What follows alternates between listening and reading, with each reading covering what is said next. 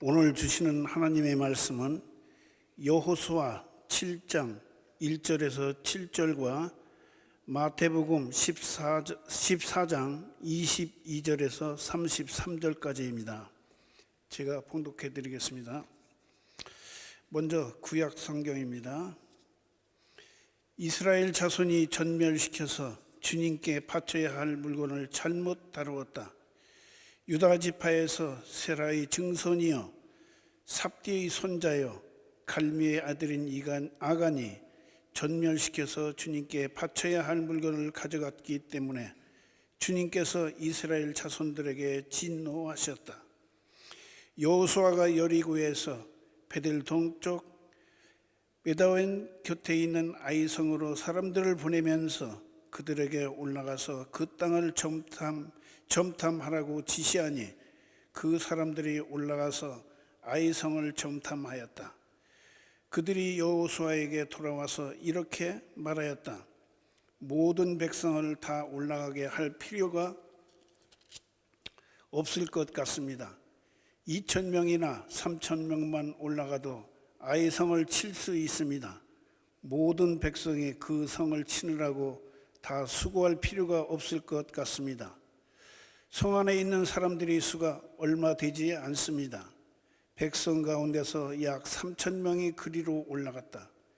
그러나 그들은 도리어 아이성 사람에게 패하여 도망쳐 왔다.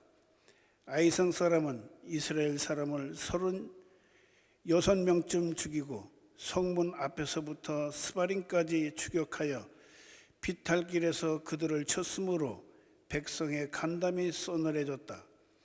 여호수아는 슬퍼하면서 옷을 찢고 주님의 궤 앞에서 얼굴을 땅에 대고 엎드려서 저녁 때까지 있었다. 이스라엘 장로들도 그를 따라 슬픔에 젖어 머리에 먼지를 뒤집어 썼다. 여호수아가 아뢰었다. 주 하나님, 우리 백성을 요단강 서쪽으로 잘 건너가게 하시고는 왜 우리를 아모리 사람의 손에 넘겨 멸망시키려 하십니까? 차라리 우리가 요단강 동쪽에서 그대로 살았더라면 좋을 뻔하였습니다. 아멘. 신약 성경 마태복음입니다.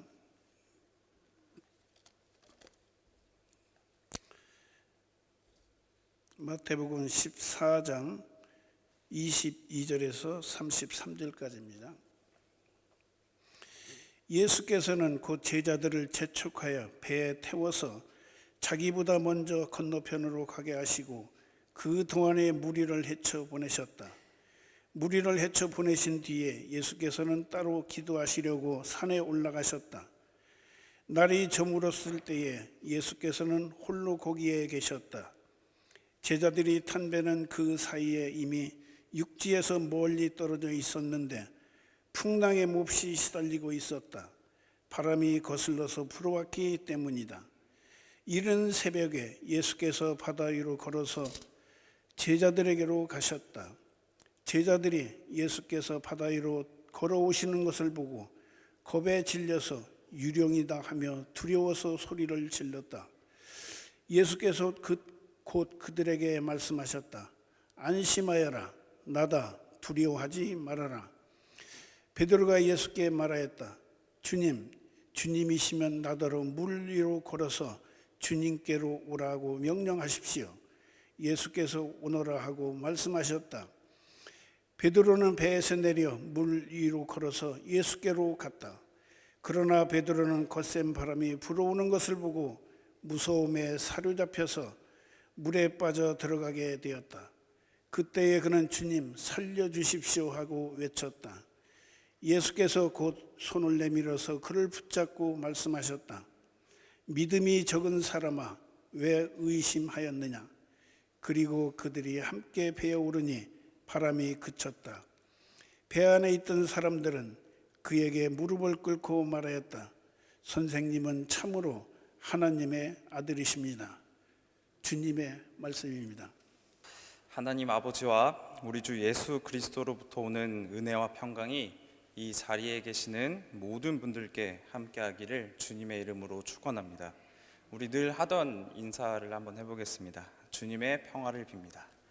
주님의 평화를 빕니다. 주님의 평화를 빕니다. 그리고 오늘 귀한 찬양을 준비해 주신 찬양대에도 감사의 말씀을 드립니다. 감사합니다. 오늘의 설교는 뭔가 기존과는 다르게 두 본문으로 말씀을 시작합니다. 먼저 하나님께서 선택하신 민족 이스라엘을 통해서 이루신 역사와 교훈으로서 장차올 예수 그리스도를 예언한 내용이 담긴 구약의 말씀, 그리고 예수 그리스도의 생애와 교훈, 그리스도의 몸인 교회에 대한 기록으로 예수님이 우리의 참된 구주이심을 증언하는 신약의 말씀이 어떤 연관성과 주제를 가지고 있는지에 대해 함께 나눠보고자 합니다.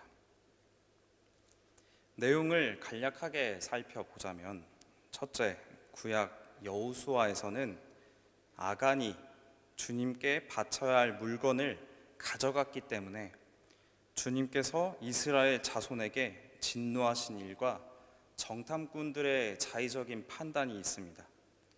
둘째, 신약 마태복음에서는 예수께서 무리를 걸으신 일과 베드로가 명령에 따랐지만 끝내는 의심하였던 일을 중심으로 여호수아에서는 자만하는 신앙의 모습과 그 결과 마태복음에서는 그 명령에 순종하는 삶은 무엇인지, 또한 우리의 신앙의 모습은 어떤 모습인지 되돌아보는 그런 시간이 되기를 바랍니다. 먼저 여호수아는 어떤 책입니까? 여호와는 구원이시다 라는 이름의 뜻을 가진 이 여호수아가 직접 작성한 여호수아서는 하나님께서 자기 백성들에게 하신 약속을 반드시 이루시는 분임을 가장 잘 보여주는 책 중에 하나라고 할 수 있습니다. 따라서 우리가 이 여호수아서를 읽을 때에는 백성들에게 신실함을 보이신 하나님의 말씀을 이해하는 것을 주된 목적으로 삼고 말씀을 묵상해야 할 것입니다. 말씀의 성취, 백성들의 신앙, 하나님의 인도하심이 이 여호수아에서는 어떻게 나타나는지 한번 묵상해 보고자 합니다. 이 본문에 나타난 아간과 이스라엘 백성들의 자만은 크게 두 가지로 요약될 수 있을 것 같습니다. 먼저 주님께 바쳐야 할 소중한 물건을 건드린 것입니다. 둘째로는 이 아이성을 정찰한 결과 많은 백성이 필요치 않으니 적은 인원이 가도 될 것 같다는 자의적인 판단을 한 일입니다. 오늘 말씀의 발단이 되는 여호수아 7장 1절에서는 전멸시켜서라는 표현이 거듭해서 나옵니다. 이 전멸시켜서는 히브리어로 헤렘이라는 뜻을 가지고 있습니다. 이 헤렘의 뜻은 자세한 뜻은 사람이나 물건을 완전히 파멸을 시켜서 주님께 바치는 것을 뜻합니다. 이것이 의미하는 바는 사람이 손을 대었다가는 멸망받게 될 것이라는 뜻을 내포하고 있죠. 그 내용을 더 확장시켜 보겠습니다. 인간 혹은 하나님 사이에 의존 관계를 가리키며 이 아간이 손을 대었다는 것은 그 관계의 깨어짐을 상징하고 말하고 있습니다. 이것은 단순히 뭔가 물건을 탐하는 정도의 문제가 아니라 자만하여 하나님과의 진실한 관계를 포기한 것이고 그 결과는 곧 멸망이었습니다. 단순히 아간 자신만 멸망한 것이 아니라 우리 이스라엘 공동체 전체에 엄청난 영향을 끼쳤습니다. 이스라엘이 지금까지 상대했던 적들에 비해 가벼운 전쟁 상대인 아이성 전투에서 아주 처참하게 실패한 이유는 바로 자만 때문에 패배하게 된 것이었습니다. 하지만 말씀을 보니 아간만 자만하였을까요? 아니겠죠. 그들로 묘사된 정탐꾼들도 자만하였습니다. 말씀을 이어서 보니 여호수아는 아이성을 정탐하라고 시켰습니다. 정탐꾼들은 여호수아에게 돌아와서 이렇게 말하였습니다. 여호수아 7장 3절의 말씀입니다. 모든 백성을 다 올라가게 할 필요는 없을 것 같습니다. 단지 2,000명이나 3,000명만 올라가도 이 아이성을 칠 수 있습니다. 모든 백성이 그 성을 치느라고 다 수고할 필요가 없을 것 같습니다. 이 성 안에 있는 사람의 수가 얼마 되지 않기 때문입니다. 이러한 백성들의 태도나 말이 여리고성 때와는 사뭇 다른 점이 보입니다. 나팔을 불며 여리고성을 수차례 돌라는 주님의 명에 순종한 결과 그토록 견고하고 엄청나게 큰 여리고성이 무너졌습니다. 하지만 아이성을 다녀온 정탐꾼들과 백성들은 하나님께 구하는 것도 없이 자신들의 판단으로 이 정도면 되겠다 하면서 속단한 것이죠. 앞선 순종의 결과는 어찌하지 못할 거대한 힘 앞에서 이겨낼 수 있는 힘을 주셨지만 순종하지 못한 결과는 이스라엘의 크나큰 실패의 경험이고 멸망의 아픔이었습니다. 이어서 오늘 본문 여호수아 7장 6절의 말씀을 함께 읽어보겠습니다. 시작. 여호수아는 슬퍼하면서 옷을 찢고 주님의 궤 앞에서 얼굴을 땅에 대고 엎드려서 저녁 때까지 있었다.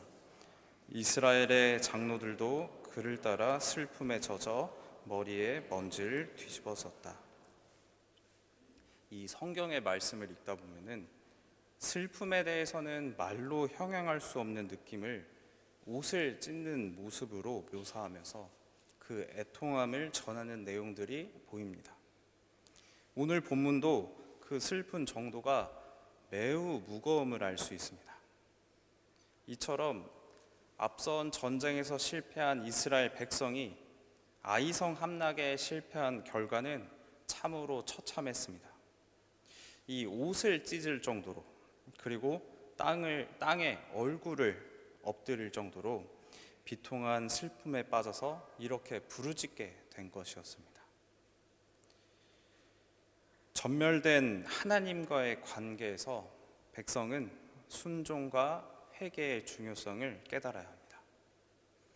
다시 한번 겸손의 신앙으로 되돌아가야 한다는 것입니다. 따라서 이 신앙 공동체가 죄와 회개의 차원을 끊임없이 진지하게 고민해야 하는 이유가 바로 여기에 있습니다. 우리의 신앙의 영역은 어떤 영역이라고 생각을 하십니까?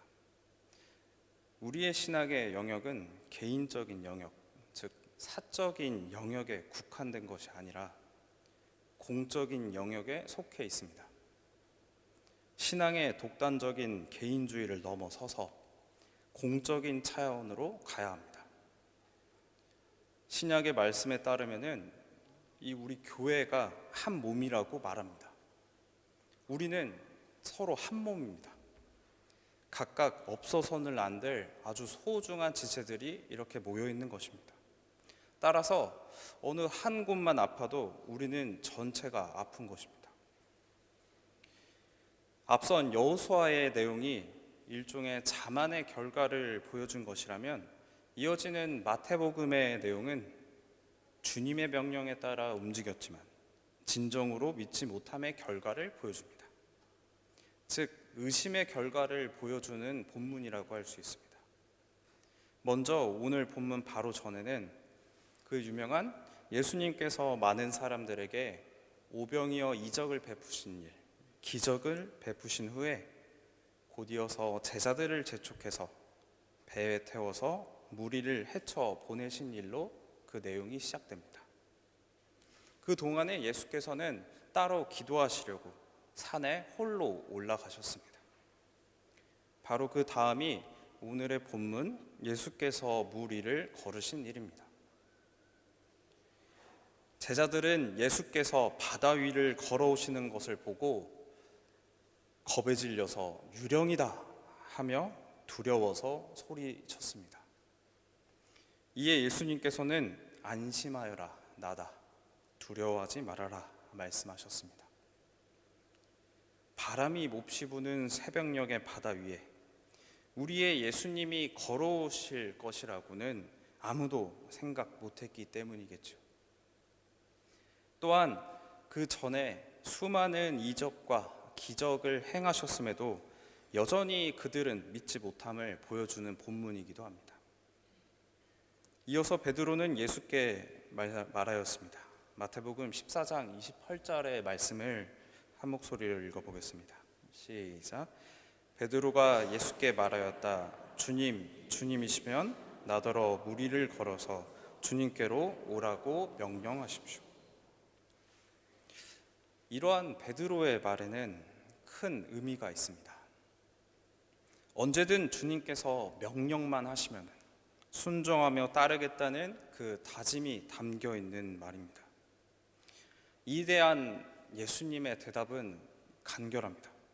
오너라 하고 말씀하셨습니다. 예수님의 대답에 곧바로 베드로는 배에서 내려 물 위를 걸어서 예수께로 다가가기 시작했습니다. 풍랑이 불어 한 치 앞도 보이지 않고 이 배가 나아갈 수도 없는 이러한 상황은 바로 우리 앞에 나타나는 크고 작은 어려움 상태에 직면한 신앙의 모습들을 잘 보여줍니다. 아주 거대한 자연 앞에 작디 작은 인간은 의지할 곳 없이 바다 위를 포류하고 있습니다. 물 위를 정처 없이 떠돌아다니고 있는 이 작은 배 위에 아주 작은 인간은 이 폭풍우를 벗어나기 위해서 한 줄기 등대의 빛을 찾고 있습니다. 이와 관련해서 해밍웨이의 노인과 바다라는 책을 잠깐 소개해 드리고자 합니다. 인간과 자연과의 관계, 인간의 존재의 의미와 그 투쟁을 아주 상징적으로 그려낸 책이라고 할 수 있습니다. 줄거리를 간단히 말씀드리자면 주인공인 노인 산티아고의 직업은 베드로처럼 고기잡이로 무려 84일 동안 한 마리의 물고기도 잡지 못하다가 85일째 되는 날 엄청나게 큰 청새치를 몇 날 며칠의 사투 끝에 잡게 됩니다. 그러나 곧바로 만난 상어떼의 습격에 그 물고기의 살점을 다 빼앗기게 되지만 이 노인은 녹초가 될 때까지 결코 포기하지 않고 싸웁니다.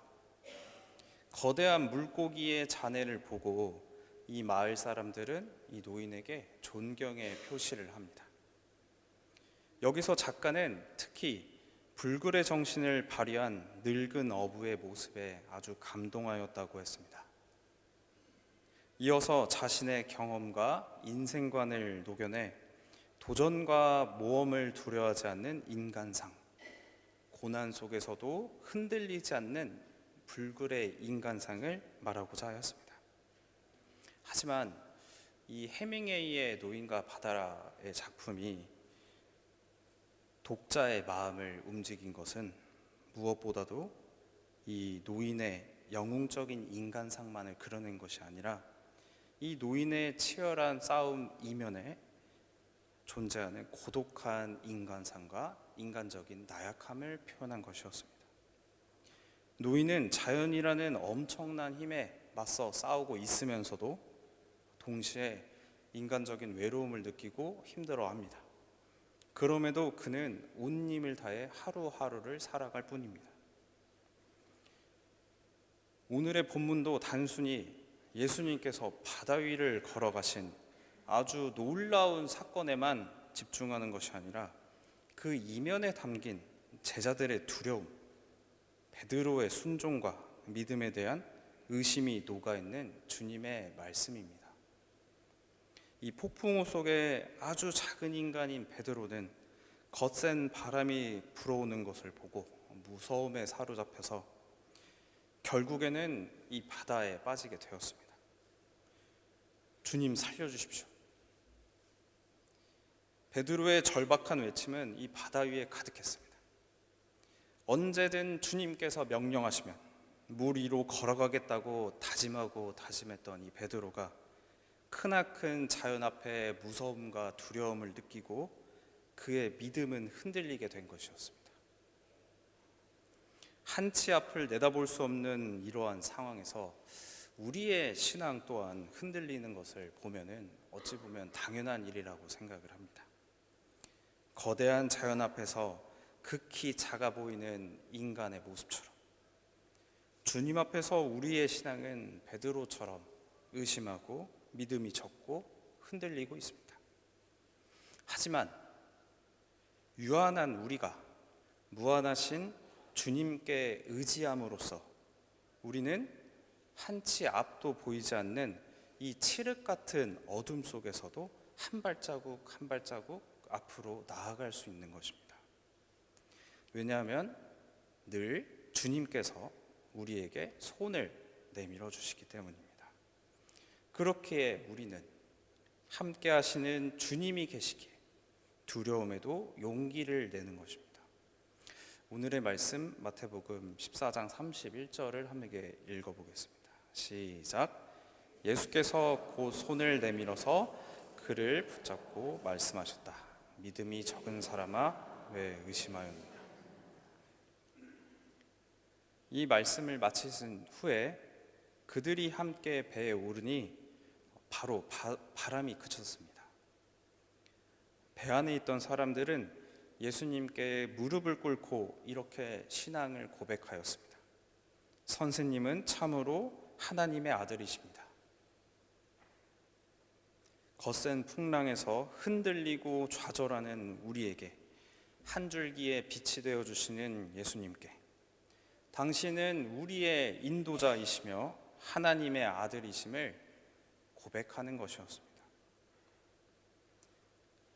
앞선 이런 신앙 고백에 이어서 우리는 오늘날에 이렇게 질문해야 합니다. 그렇다면 어떻게 이 신앙의 중심을 흔들리지 않고 잡을 수 있을 것인가? 우리는 오늘 구약 여호수아를 통해서 중심을 잡지 못한 결과 자만의 신앙, 즉 아간의 신앙, 이스라엘의 신앙을 엿볼 수 있었으며 이와 반대로 신약 마태복음의 말씀에서 무리를 걸으신 이를 통해서 그리고 예수님을 우리의 신앙의 중심으로 잡으면은 우리가 아무리 어려운 상황, 성경에서 말하는 것처럼 바다 위를 정처 없이 떠도는 상황 또한 이겨낼 수 있다고 우리에게 말씀해 주시는 것입니다. 그 중심이 되는 것은 바로 하나님을 바로하는 신앙이며 그 신앙은 오늘날 예수 그리스도를 통해서 성취되는 것입니다. 예수님은 공의로우십니다. 따라서 모든 죄를 심판하십니다. 반드시 심판하십니다. 동시에 하나님은 사랑이십니다. 자기 백성을 위해 모든 죄악을 멸하십니다. 이 두 가지 측면이 만나는 곳이 바로 우리 앞에 있는 십자가입니다. 십자가는 전혀 다른 두 길을 동시에 설명하고 있습니다. 인간의 죄는 결국 죽음으로밖에 해결할 수 없다는 것을 말해줌과 동시에 이러한 인간의 죄에도 불구하고 우리를 사랑하신다는 아가페의 사랑을 우리에게 확실하게 말씀해 주십니다. 인간의 죄 때문에 가장 잔인하게 죽임을 당한 것은 결국 우리가 오늘까지도 그토록 사랑하는 하나님의 아들, 우리의 인도자 되시는 예수 그리스도입니다. 끝으로 우리가 성령의 인도하심으로 이 신앙의 자만과 순종의 이 경계를 허물고 나서 나아가야 할 신앙의 종착점은 어디일까요? 뭔가 완벽을 지향하는 이른바 신앙 완벽주의? 절대 실수하지 않은 아주 무한하신 하나님처럼 실수가 전혀 없는 무결의 신앙일까요? 전혀 아니겠죠. 우리의 신앙은 결코 완벽을 추구하지도 않으며 인간적인 성공의 지표를 결코 따라가지도 않습니다. 우리가 믿고 있는 이 기독교의 신앙은 부족한 우리의 모습이 예수님을 닮아 겸손하며 순종하는 모습으로 바뀌어가는, 변화되는 그 과정 그 자체입니다.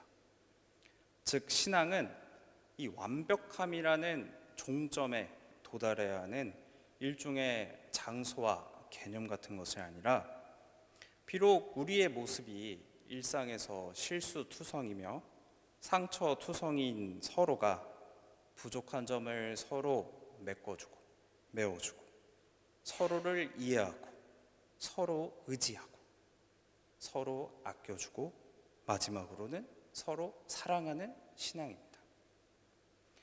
오늘 말씀을 통해 우리는 다시 한번 자만과 순종의 경계를 넘어서 진정한 순종의 신앙으로, 즉 궁극적으로는 어떻게 예수님께서 가르쳐 주신 이 겸손의 신앙으로 나아가야 할지 끊임없이 고민해야 할 것입니다.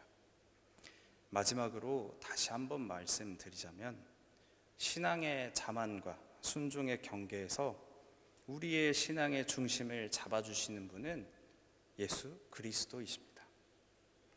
성령 강림 절기에 우리의 신앙의 자만과 이 순종의 경계를 넘어서 고난의 위기를 넘어서 진정한 신앙의 차원으로, 그리고 성령으로 인도하시는 이 주님을 믿고 따르는 믿음의 신앙 공동체가 되기를 바라면서 오늘의 말씀을 마칩니다. 다 함께 기도하겠습니다.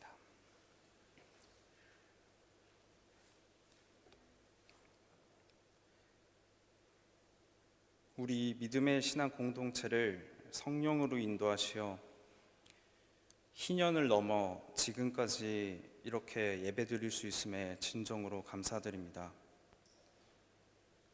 모든 사람에게 참된 자유와 회복의 기쁨과 사랑이 되시는 주님을 늘 따라가며 함께 기도하는 공동체가 되길 소망합니다. 갖가지의 모습들이 모여서 오로지 주님의 말씀대로 살아가고자 이렇게 오늘도 모여서 찬양하고 말씀을 나누고 예배드렸습니다.